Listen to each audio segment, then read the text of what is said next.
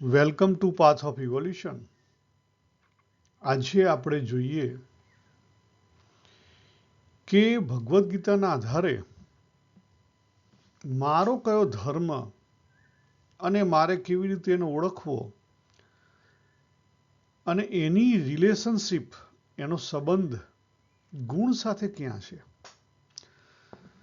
તો આપણને બધાને ખબર છે કે આપણે મિક્સચર, હું પોતે એક મિક્સચર છું. કોનું? પરા અને પ્રકૃતિનું, પુરુષ અને પ્રકૃતિનું, બે તત્વનું મિક્સચર. જે પ્રકૃતિ તત્વ છે, પ્રકૃતિ તત્વ ગુણો ઉપર ઉભેલું છે.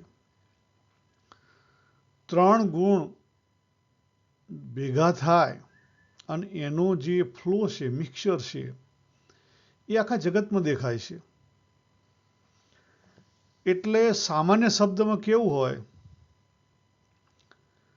તો દાખલા તરીકે જે બાબુ બોલી રહ્યો છે એ લીમડો છે, લીમડાનું બીજ છે, તો બીજ એ ગુણ, બરાબર.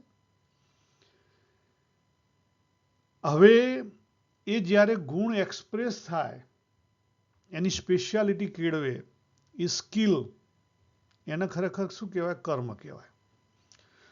ગુણ અને કર્મના ભાગ ભગવાને કરેલા છે. કર્મ કહેતા સ્કિલ.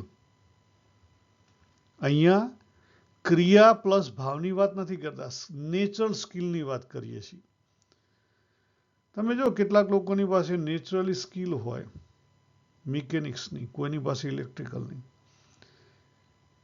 ગઈકાલે જ મારા ખાતે શિલ્પા બતાવતી હતી કે ઇન્ડિયાની અંદર કેટલાક સામાન્ય નહીં ભણેલા માણસો આમ ટીવી રિપેર કરે, આમ તમને આપણને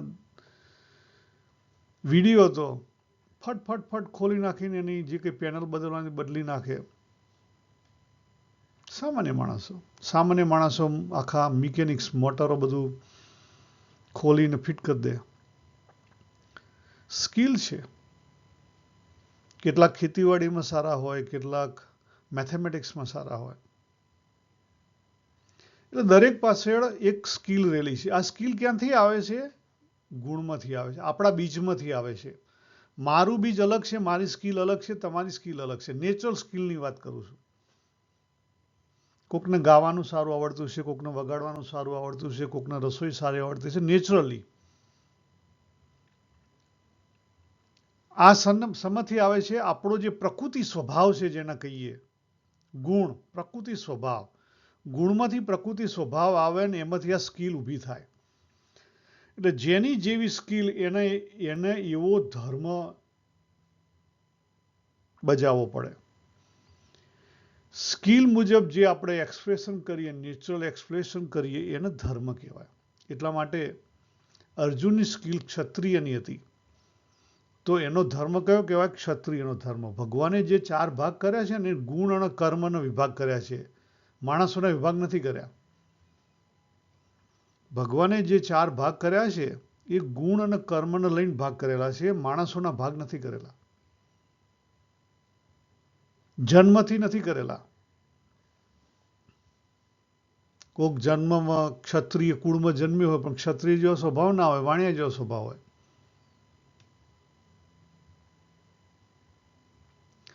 અને જ્યારે એ જે આપણને ખબર પડે તો પછી જે કરવા યોગ્ય હોય એ આપણું કર્તવ્ય. હવે કર્તવ્ય ક્યાં સુધી છે એની પણ ભગવાને ચોખ્ખી વાત કરી છે કે જ્યાં સુધી આપણી અંદર વાસના રહેલી છે ત્યાં સુધી કર્તવ્ય છે. જો ભગવાને ચોખ્ખું કીધું કે શરૂઆતમાં આપણા જે પ્રકૃતિ સ્વભાવ છે કેવા છે? ઇમ્પ્યોર હશે, અશુદ્ધિ હશે. 18મા અધ્યાયના 48મા શ્લોકમાં ભગવાને કીધું કે તારો ધર્મ છે એમાં તને અશુદ્ધિ દેખાશે.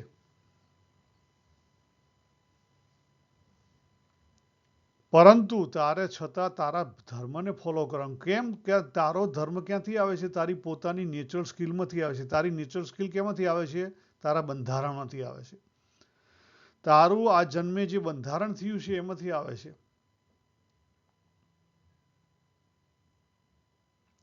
એટલે જ્યાં સુધી વાસના છે ત્યાં સુધી આપણું કર્તવ્ય છે. અને આ આપણું કર્તવ્ય કરતા કરતા જ આપણે વાસનાથી પર થવાય.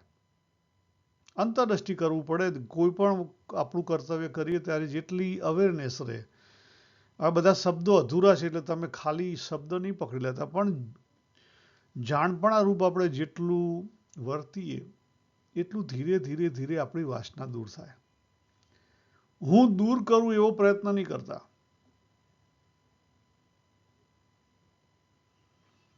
અમારે હવે એક મિત્રને મળવાનું થયું તો એ મિત્રએ વાત કરતા કે હું છેલ્લા 40 વર્ષથી સત્સંગ કરું છું અને એમાં પાછો BAPS સ્વામિનારાયણનો સત્સંગ કરું છું. ડુંગળી લસણ કશું ખાતો નથી, છતાં મારી અંદર એલો ક્રોધ ઓછો નહીં થતો, વધી રહ્યો પણ ઓછો નહીં થતો. કેમ? કદાચ એ જાતે પ્રયત્ન કરતા હોય ક્રોધ કાઢવાનો. બની જાઓ તો ક્રોધ નીકળે નહીં. અને કદાચ તમારે બીચમાં હોય તો એ ક્રોધનો ફૂંફાડો રહે, પણ તમે એ ક્રોધમાંથી છૂટી શકો? હા, છૂટી શકો. એની અલગ પ્રેક્ટિસ છે, અલગ વસ્તુ છે, આપણે અલગથી વિચારીશું. અત્યારે આપણે ફોકસ કરીએ કે ગુણમાંથી કર્તવ્ય સ્કિલ આવી, એમાંથી ધર્મ આવ્યો ને એમાંથી કર્તવ્ય આવ્યું. કર્તવ્ય એટલે જે કરવા યોગ્ય છે, જે કરવા યોગ્ય છે. શા માટે? વાસનાથી પર થવા માટે. પણ કોને? મને જે કરવા યોગ્ય છે કદાચ તમને એ ના પણ યોગ્ય હોય, તમારે બીજું કંઈ હોય. એટલે આ વસ્તુ ચેક કરવી પડે કે મને શું કરવા યોગ્ય છે. પહેલી વસ્તુ છે કર્તવ્ય એટલે કરવા યોગ્ય, નેસેસરી ટુ ડુ. બીજું, જીવન જીવવા માટે કંઈક કરવું પડે, બરાબર? કારણ કે એનર્જીનો ફ્લો થઈ રહ્યો છે, નહીં તો તમને ક્યાંક ભીડાઈ દે. એટલે જીવન જીવવા માટે પણ કરવું પડે. બીજી વસ્તુ, જો જીવન જીવવા માટે કરવું જ પડે તો એવું ના કરીએ કે જેથી કરીને એમાંથી જ આપણને હેપીનેસ મળી જાય. Shake off action, do the action, shake off action, right?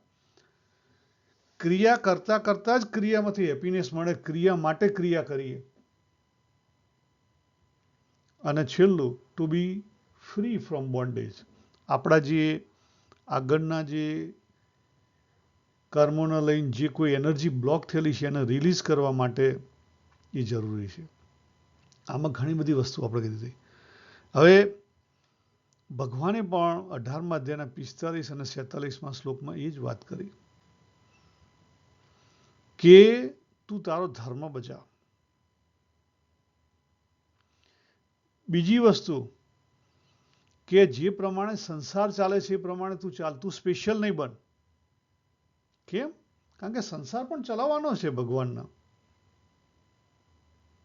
બરાબર? એટલે દાખલા તરીકે ગૃહસ્થ હો તો આપણે ગૃહસ્થની જે કોઈ ડ્યુટી હોય, સામાન્ય ડ્યુટી, એ બજાવવાની હોય.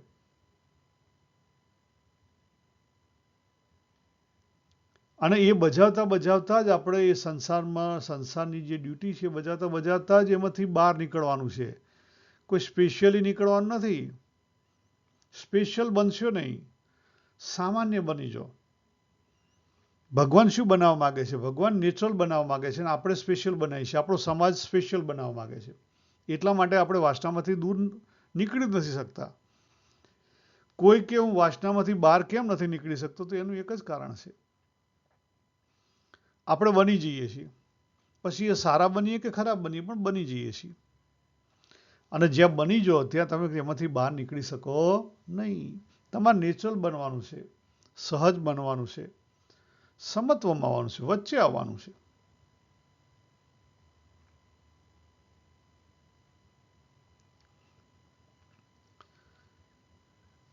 અને છેલ્લે કોઈ ભક્તિમાં માનતા હોય તો કર્તવ્ય શેના માટે છે? સેવા માટે.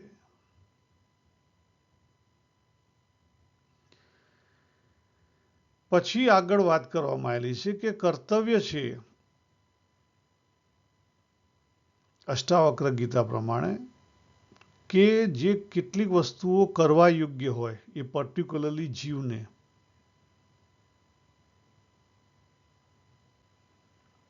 બરાબર, એના માટે છે.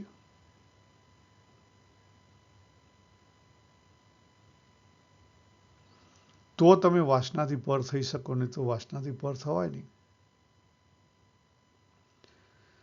અને જે ભક્તિ માર્ગે છે એ એવું સમજે કે ભાઈ ભગવાનને આપણે ઓફર કરીએ છીએ. બરાબર. અને છેલ્લે ભગવાને 3જા અધ્યાયના 5મા શ્લોકમાં વાત કરી દીધી કે કોઈ પણ હ્યુમન ક્રિયા કર્યા વગર ટકશે નહીં, માટે એને બેસ્ટ વે જો કરવું જ પડે તો કર્તવ્ય શા માટે ના કરીએ, કરવા યોગ્ય કામ શા માટે ના કરીએ. તો આજે આપણે શું સમજ્યા